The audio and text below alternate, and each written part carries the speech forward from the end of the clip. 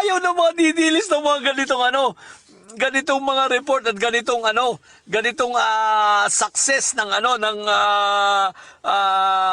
administrasyon ni Tito Bongbong.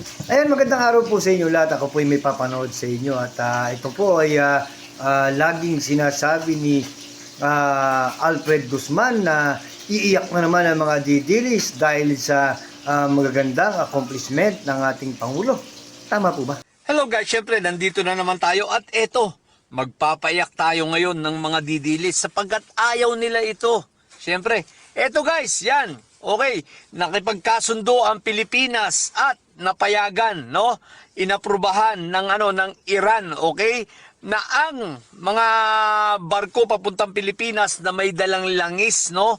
At may dalang krudo ay i-allow na makadaan dito sa Strait of Hormuz. Ibig sabihin nito, hindi restricted, no? Makakadaan na. Ano ang implikasyon nito? Ano pwede maging resulta? Aba, syempre. So, masusustain natin. At the same time, assured tayo na meron tayong langis despite sa gerang ito, mamimaintain natin at yung ating mga pangangailangan ay matutugunan. So ibig sabihin makakahinga-hinga tayo sa pangamba na mawalan tayo ng langis o maubusan ng dahil sa gera. Pero so ayaw ito ng mga didilis. Pero ito ang malupit dito guys ha. Ganyan kagaling makipag-negotiate ang gobyernong ito ng aming Tito Bongbong. Bakit kamo? Huwag nating kakalimutan na ang Pilipinas ay ally ng US. Kilalang-kilala tayo na kaalyansa tayo ng USA.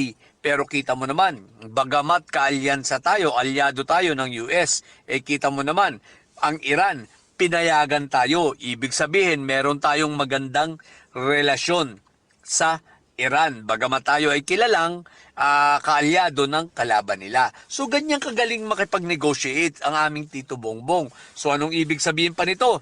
Ang implikasyon, posibleng kahit papano unti-unting bababa ang presyo ng krudo dahil nakakadaan na ang mga barko papuntang sa Pilipinas, no, na may dalang mga krudo. So ibig sabihin, hindi lang 'yon.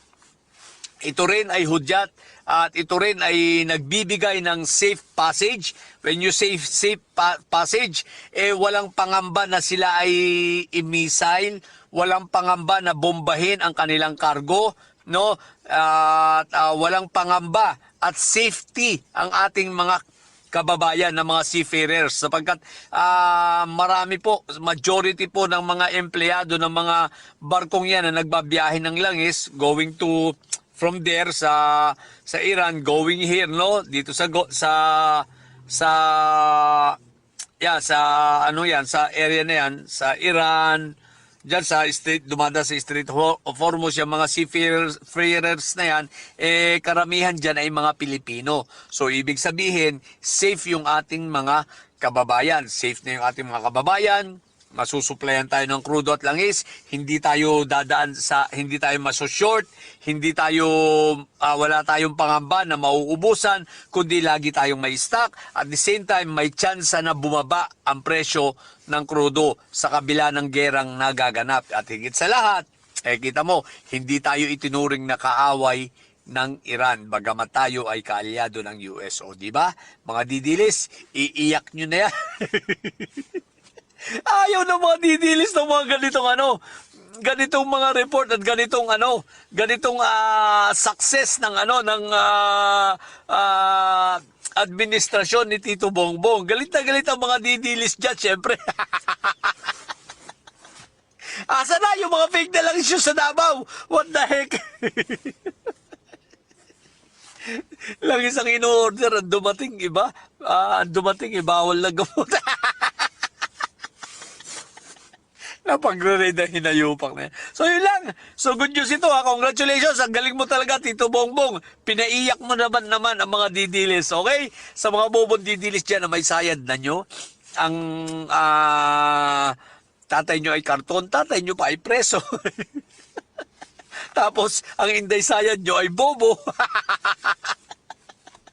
Manatili kayo mga bobot may sayad sapagkat ang may sayad ay laging high blood.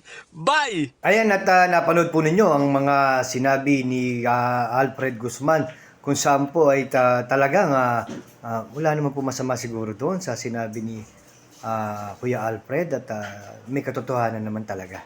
At kung nagustuhan po ninyo yung aking video ay huwag nyo naman po sanang kalimutang mag-subscribe sa atin o kaya naman po mag-follow at mag-like and share na rin po. Mag-comment po kayo kung ano masasabi nyo. Maraming po salamat.